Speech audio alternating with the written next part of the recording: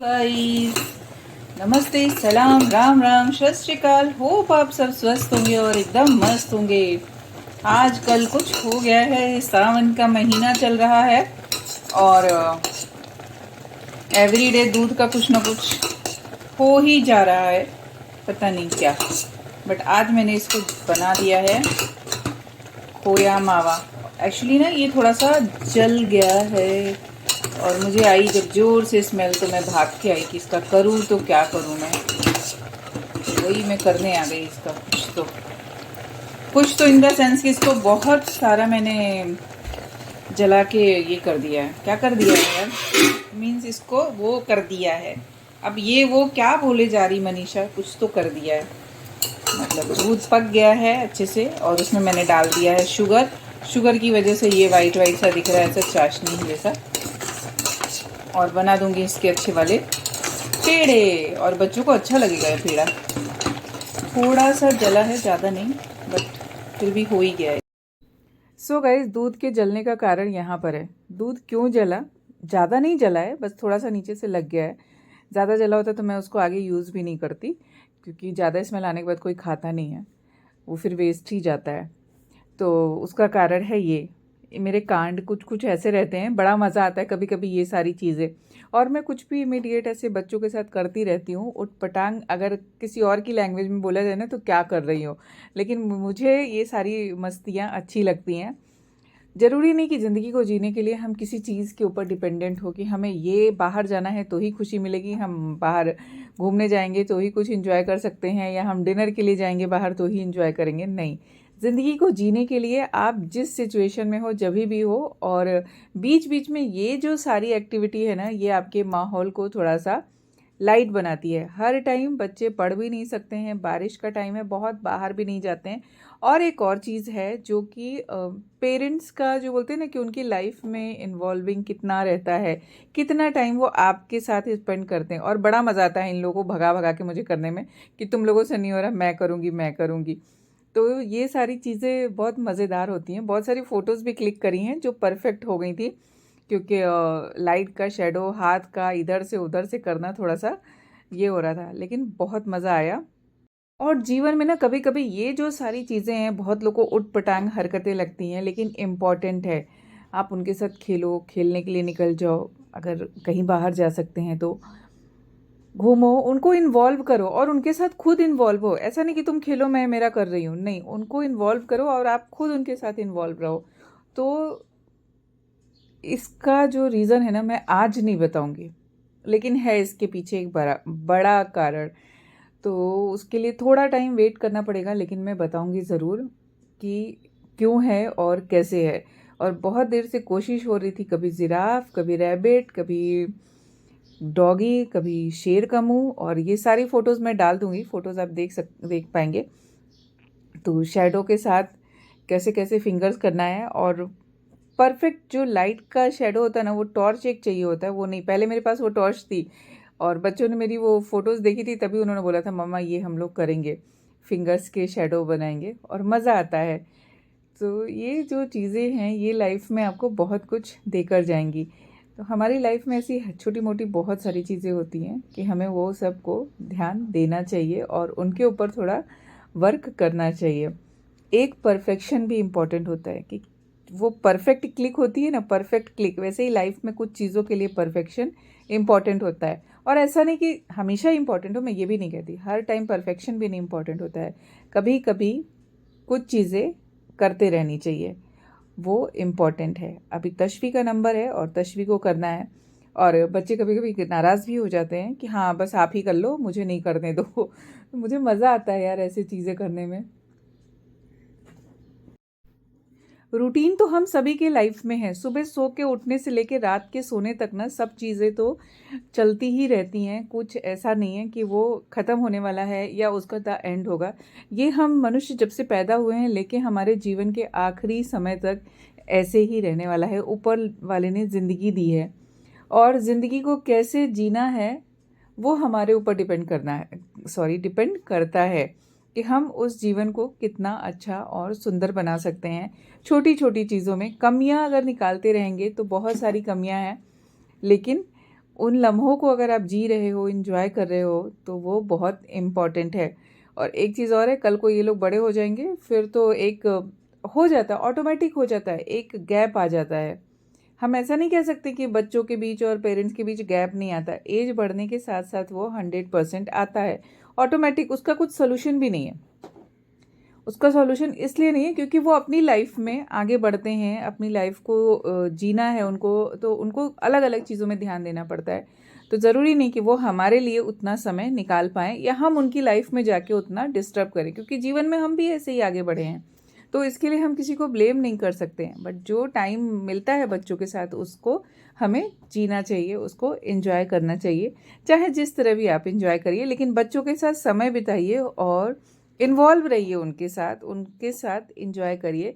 तो वो जो एक बच्चों का इंगेजमेंट अलग हो जाता है, बच्चे अलग जगह पे चले जाते हैं, वो सब चीज़ें अलग होती हैं। लेकिन जो एक बीच में क्या बोलते हैं, बॉन्डिंग रहती है ना पेरेंट्स के बीच में, वो गैप नहीं आना चाहिए। बॉन्डिंग कभी कम नहीं होनी चाहिए। बॉन्डिंग हमेशा, चाहे वो आप 20 साल के हो या आप 50 साल के हो, आपकी बॉन्डिंग पेरेंट्स के साथ हमेशा ही अच्छी होनी चाहिए। तो चलिए देखिए, काफ़ी हद तक ये अच्छा हो गया है और अच्छा सा पेड़ा बन जाएगा। बट मस्ती चल रही थी तो कुछ कुछ चल रहा था। अब इसके साथ ही साथ पहले तो मैं ज़रा फ्रेश होके नहा धो के दिया लगा लूँ, एंड उसके बाद फिर हम डिनर की तैयारी करेंगे। और डिनर में बनाने वाली हूँ आज तहरी, और फुल तहरी की रेसिपी आप लोगों के साथ शेयर करती हूँ, क्योंकि बच्चों को जब इन फ्यूचर बनानी होगी तो उनका होता ही है ना, यही वीडियो देख के बनानी है। चलो ठीक है, कोई मेरी वीडियो देखने वाला तो है। मेरे फ्यूचर ऑडियंस भी रेडी हो रहे हैं भाई, कि जब इनको ज़रूरत होगी ये जाएंगे और मेरे स्टाइल में खाना बनाएंगे। खैर वो मेरी बातें हैं या उनकी बातें हैं या इस उम्र की बातें हैं। शायद जब ये अपने उम्र पे आएंगे तो ऑटोमेटिक सीख जाएंगे, और हर कोई सीख जाता है। मुझे ऐसा नहीं लगता कि कोई नहीं सीखता होगा। अपने अकॉर्डिंग अपना लाइफ जीने का सब सीख जाते हैं। तो चलिए आगे तहरी की रेसिपी देखिए और इन्जॉय करिए। तहरी नॉर्थ इंडिया में खाई जाने वाली एक पारंपरिक जो बोलते हैं व्यंजन है, और इसको बनाने के अलग अलग तरीके हो सकते हैं। मैं सिंपल तरीके से बना रही हूँ जो बच्चों को हमेशा याद रहे। और ऐसा नहीं है कि ये सिंपल, इसका यही तरीका है, ऐसे ही बनती है तहरी। थोड़ा सा आप इसको और भी कर सकते हैं। राइस को पहले से भिगो के रखें एंड उसको अच्छे से पहले घी में डाल के भूनें। लेकिन उस कंडीशन में क्या होता है कि राइस जो है वो टूट जाते हैं। तो राइस को पहले हम थोड़ी देर पानी में भिगो के रखते हैं।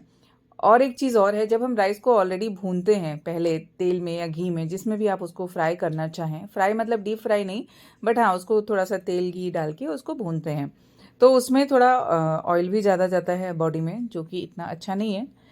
बट कभी कभी हो जाता है, जैसे कभी कोई गेस्ट आए और बहुत अच्छी वाली तहरी है, शादियों में भी बन जाती है कभी कभी तहरी, नाश्ते के टाइम पे, या कुछ घर में बड़ा फंक्शन है और सब तो तहरी खा लो, ऐसा बहुत अच्छी लगती है यार वो तहरी, जो वो लोग हलवाई लोग भी बनाते हैं। घर में जो तहरी बनती है वो अलग तरह से बनती है, हलवाई लोग अलग तरह से बनाते होंगे। और एक चीज़ और, बहुत लोग सोचते हैं कि ये राइस की बिरयानी है या राइस का जैसे फ्राइड राइस बनता है, वो नहीं। तहरी मतलब आलू मटर और चावल का कॉम्बिनेशन होता है। टमाटर भी पड़ता है उसमें, सब्जियां भी, बट ये सात्विक तहरी है क्योंकि लहसुन कांदा नहीं पड़ा हुआ इसमें के अंदर। तो यहाँ पे मैंने ले लिए बहुत सारे टमाटर, मटर को मैंने पानी में डाल के रखा है, राइस भी भिगो दिया है, आलू भी कट कर लिया है। ये सारे काम मैं बीच बीच में कर रही थी, और धनिया पत्ती भी रेडी है। तो बस जो मेन तहरी के इंग्रेडिएंट्स हैं वो इतने ही हैं, इससे ही तहरी बनने वाली है। मैंने बोला शादियों में बन जाती है तहरी, तो ये मत सोचिएगा बारात में कोई तहरी खाएगा भैया। बारात में तो बिरयानी ही खाई जाएगी या पुलाव खाया जाएगा। घर पे कभी छोटे मोटे फंक्शन के टाइम पे ऐसा है कि नाश्ता कुछ है तो वो बन जाती है। बाकी तहरी बनाने के लिए मैंने डाला है यहाँ पर ऑयल, राई का तेल यूज़ करती हूँ, सरसों का, वो डाला, उसमें जीरा डाला एंड हींग डाली। उसके साथ ही साथ मैंने डाल दिए इसमें टमाटर। टमाटर आप चाहें, अगर ग्रेवी बनाना चाहें ना प्याज लहसुन का, वो भी आप डाल सकते हैं पहले, और उसके बाद टमाटर ऐड कर सकते हैं। टमाटर को अच्छे से भूनना है। इसके साथ ही साथ इसमें मैं जो मसाले हैं वो ऐड कर दूंगी। मसाले भी बहुत ज़्यादा नहीं पड़ते हैं, मैं आपको बताऊं। मसाले भी हल्दी, नमक, धनिया पाउडर, लाल मिर्च पाउडर, उसके साथ साथ थोड़ा सा मैं डालूंगी जिंजर पाउडर, अदरक का जो चूर्ण होता है वो, एंड सौंफ पाउडर। मेरे यहाँ मम्मी जी तहरी बनाती थी, उसमें वो सौंफ को भिगो के रखती थी और फिर उसको ग्राइंड करके डालती थी। तो जब ये ऐसे लहसुन प्याज के साथ मसाला पीस के बनाना है तो मैं वो करती हूँ, नहीं तो मैं सौंफ पाउडर का यूज़ करती हूँ। हो गया। नमक आप अपने स्वादानुसार डालेंगे, क्योंकि राइस की जो क्वांटिटी होती है उसके अकॉर्डिंग हमें नमक डालना होता है। अब इसमें हम डालेंगे आलू और मटर और इसको अच्छे से भूनेंगे जब तक ये पूरा पानी छोड़ ना दे। और इवन वो कुकर में नीचे चिपक जाता है ना थोड़ा थोड़ा, तो वो भी स्वाद बहुत अच्छा आता है।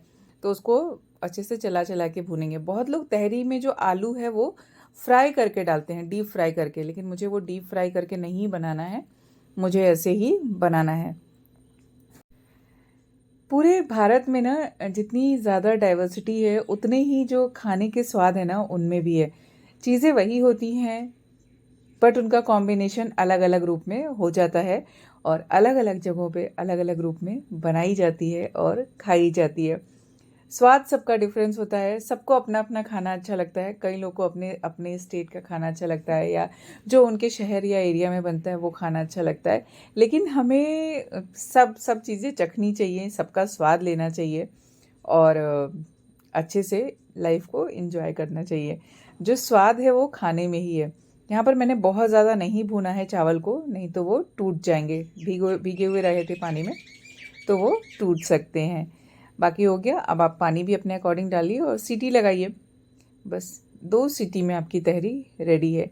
इसके लिए इसको बोलते हैं ना कि फटाफट और हेल्दी व्यंजन।